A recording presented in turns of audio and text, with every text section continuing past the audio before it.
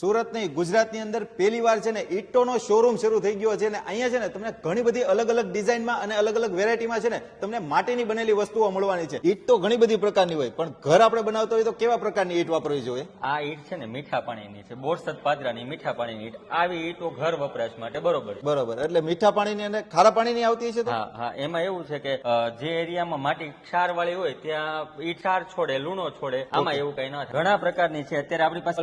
માહી છે, નંદ છે, માવન છે, મમતા છે, માં છે. આ છે આર્ટ ટાઇલ.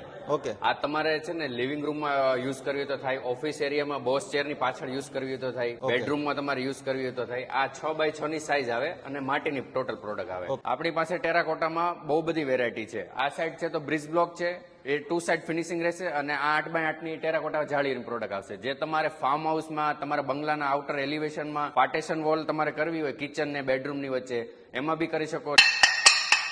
આ કેવિટી હોલો બ્રિક કહેવાય આને.